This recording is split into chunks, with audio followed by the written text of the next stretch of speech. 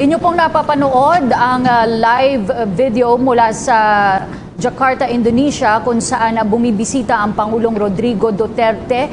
Ilang sandali lang po ay magkakaroon ng paglagda si Pangulong Duterte at si Indonesian President Joko Widodo sa Joint Declaration on the Cooperation to Ensure Maritime Security. Katatapos lang po ng bilateral meeting ng dalawang pinuno at inaasahan nga na sentro rin sa paglaban sa illegal na droga ang kanilang naging pag-uusap. Kagabi ay nakipagpulong ang Pangulong Duterte sa mga miyembro ng Filipino community sa Indonesia, kung saan ipinaliwanag niya ang mga ginagawang hakbang ng pamahalaan ng Pilipinas sa paglaban sa kriminalidad, partikular na nga ang kanyang naging paglaban sa illegal na droga. Kagagaling lang po ng Pangulo mula sa 28th and 29th ASEAN Summit, kung saan ito po ang kanyang kauna-unahang paglabas ng bansa bilang pinuno ng Pilipinas, at doon nga ay kanyang nakapulong ang iba't ibang leader ng mga bansang kasapi ng ASEAN. Tunghayan po natin ang magiging joint statement ng Pangulong Rodrigo Duterte at Indonesian President Joko Widodo. Their Excellencies President Widodo and President Roa Duterte will now sign a joint declaration by the President of the Republic of Indonesia and President of the Republic of the Philippines on cooperation to ensure maritime security in Sulu Sea. We are now witnessing the signing of this joint declaration by both presidents. Exchange of documents will now take place.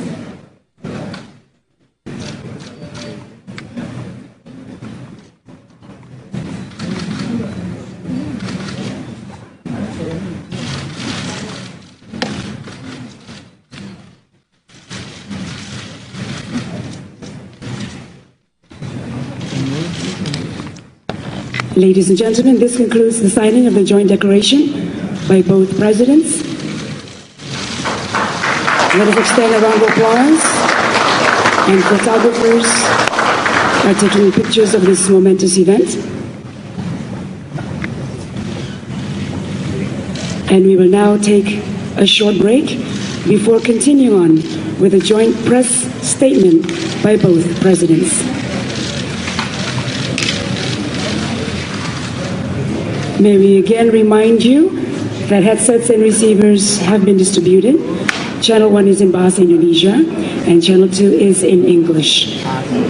Please take a few moments, do bear with us, as we are now preparing the podium and microphones for the joint press statement.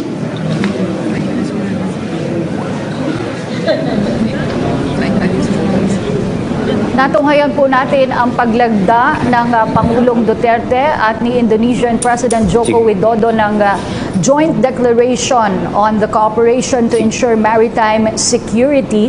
Ito pong pag-ensure ng seguridad sa mga karagatang kasapi ng mga bansang ASEAN ay isa sa mga naging pangunahing usapin hindi lamang ni Indonesian President Widodo at ni Pangulong Rodrigo Duterte, ngunit maging ng ilang mga bansang kasapi ng ASEAN, at isa nga po ito sa mga nabanggit din ng Pangulong Duterte sa kanyang pag-attend ng ASEAN katatapos lamang ng ASEAN Summit sa Lao People's Democratic Republic, at inaantabayanan po natin ang pagbibigay ng joint statement ng pinuno ng dalawang bansa.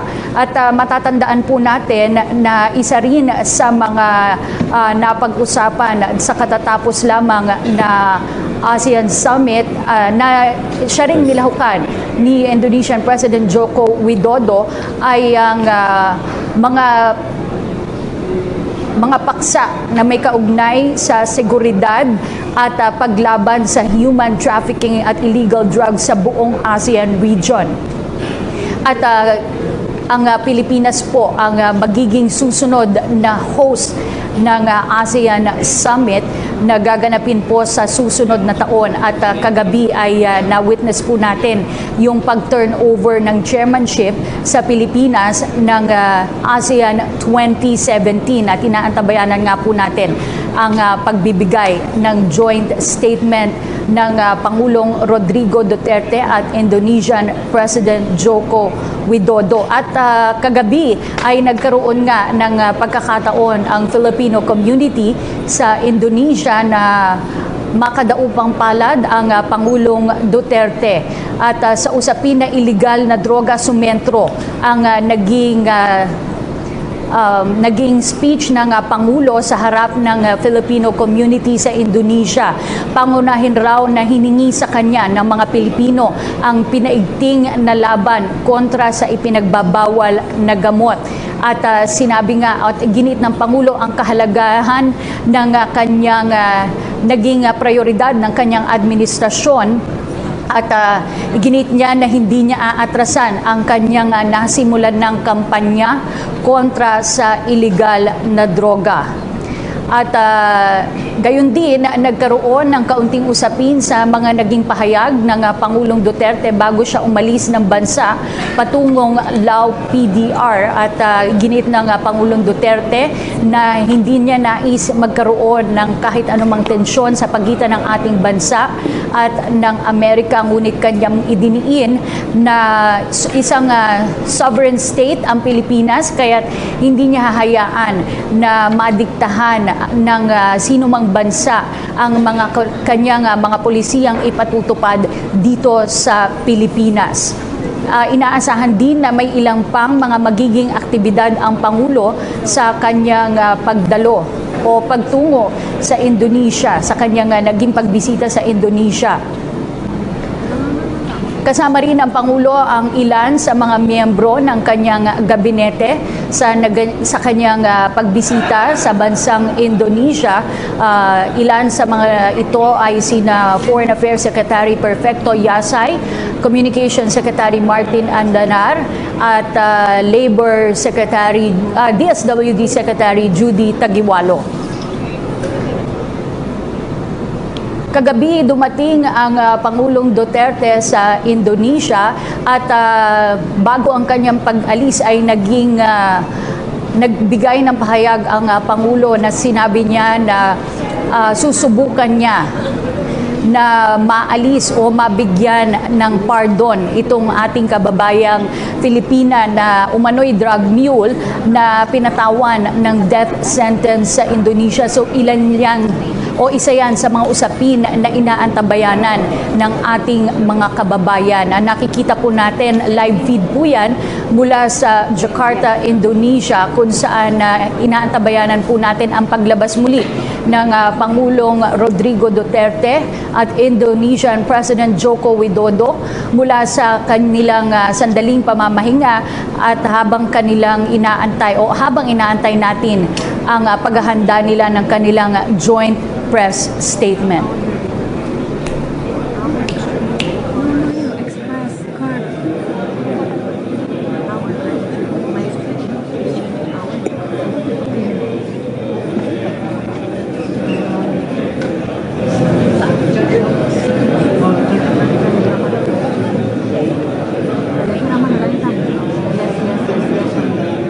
Ladies and gentlemen, may we remind you again that we have distributed headsets and receivers. Please refer to Channel 2 for English. For Filipino delegates, please refer to Channel 2 in English. Thank you.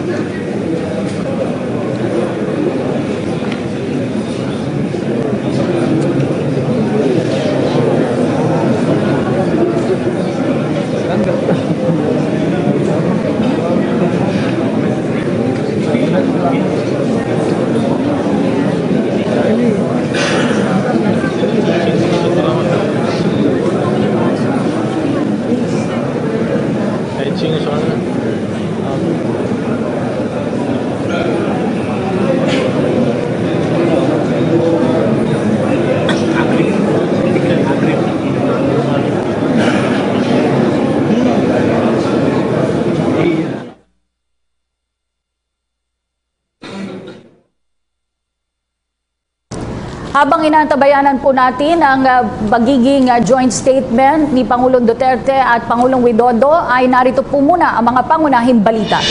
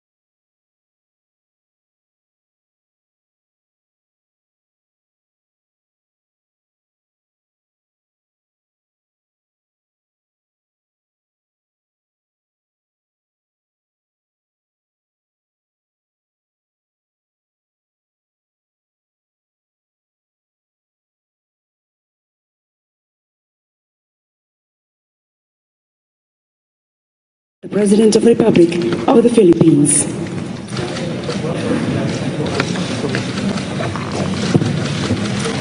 Yang Mulia Presiden Rodrigo Duterte, merupakan kehormatan bagi Indonesia menerima kunjungan kenegaraan Presiden Duterte, dan tadi Presiden Duterte dengan saya baru saja melakukan pertemuan bilateral yang sangat produktif dan bersahabat. Ada 3 hal yang perlu saya sampaikan. Yang pertama, saya ingin mengucapkan terima kasih kepada Presiden Duterte terhadap 177 orang calon haji kita yang bermasalah, dan 168 sudah diselesaikan. Kami ucapkan terima kasih. Dan yang 9 masih di Manila, kami tadi juga meminta agar juga dibantu untuk secepatnya bisa diselesaikan. Yang kedua, kami juga ingin mengucapkan terima kasih atas kerjasama yang telah diberikan oleh pemerintah Filipina, oleh Presiden Duterte, atas masalah yang kira-kira ada 700 WNI kita yang sekarang ini sudah berada di Saudi Arabia menunaikan ibadah haji, tetapi lewat kuota dari Filipina. Dan tadi Presiden Duterte juga sudah menyampaikan untuk juga ini bisa diselesaikan bersama-sama. Sekali lagi kami mengucapkan terima kasih. Kemudian yang ketiga, kami juga ingin mengucapkan terima kasih atas kerjasama dalam menjamin keamanan di Laut Sulu, dan kita harapkan ke depan sudah tidak ada masalah keamanan lagi di Laut Sulu, dan kita akan bersama-sama berpatroli untuk menjamin keamanan di laut itu. Saya kira 3 hal itu yang bisa saya sampaikan pada sore hari ini, dan saya persilakan Presiden Duterte untuk menyampaikan statementnya. Thank you, President, Your Excellency. Again, express gratitude for your warm welcome and the exceptional arrangements afforded to me and my delegation during my visit to Indonesia. I'm very pleased and honored to be in Jakarta.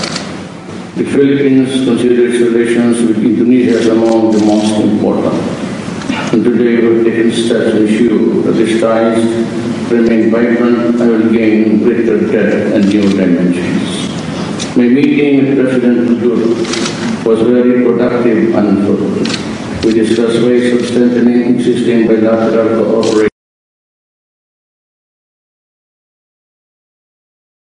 framework to address security issues, which is really the most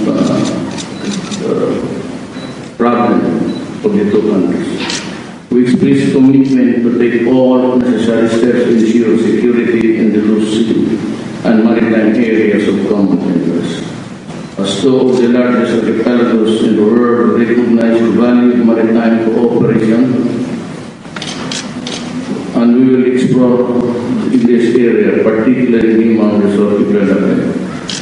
And of course, arrangements between aquatic resources expertise and the shipbuilding industry. We also express serious concern over recent developments in the region, including the South China Sea. We call on parties to respect the rule of law and welcome the support of partners in efforts to ensure the security and stability of the region, especially the peaceful settlement of disputes in accordance with international law. We understand that peace is a necessary condition for growth and progress. I express appreciation for Indonesia's providing support to the Philippine government as we move forward with our peace process. We also recognize the value of connectivity in spurring and sustaining growth in our countries. We discussed ways to boost air and sea connectivity and how to enhance trade and people-to-people exchange that can improve the lives, particularly in the area of the BIMP. Both sides let us view with great concern the threat of terrorism and violent extremism. We agreed to work together to prevent, arrest, and prosecute all those who seek to sow fear and terror in our societies. We share the deep concern over trade in illicit and illegal drugs and its impact on our society. We will seek ways to intensify cooperation and the campaign against this menace.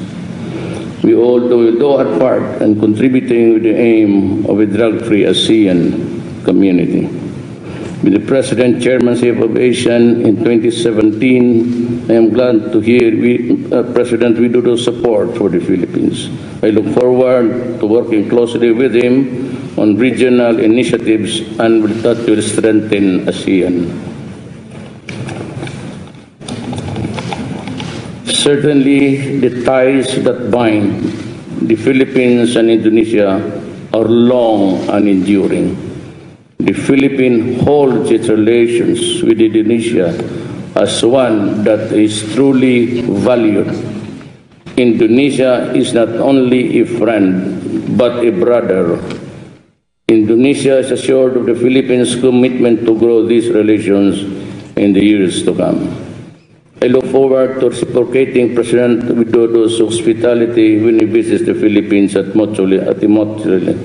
mutually convenient time. I look forward to working closely with my friend and brother. I add to just a few minutes, Mr. President. In 1972, there was this problem of oil, and there was almost a crisis. And there was rationing of fuel all over, including my country, the Philippines. I was still a student at the time when I read the assurance of the Indonesian government that not to worry if no oil would get to us by way of the Middle East. And they said that you Filipinos will be supported by Indonesia. You will have your oil and gasoline. For that, I just, as a vignette in life, to just inform how Indonesia has treated us like a big brother. And we will continue to maintain this valued friendship, Mr. President. Thank you, and I thank the Indonesian people.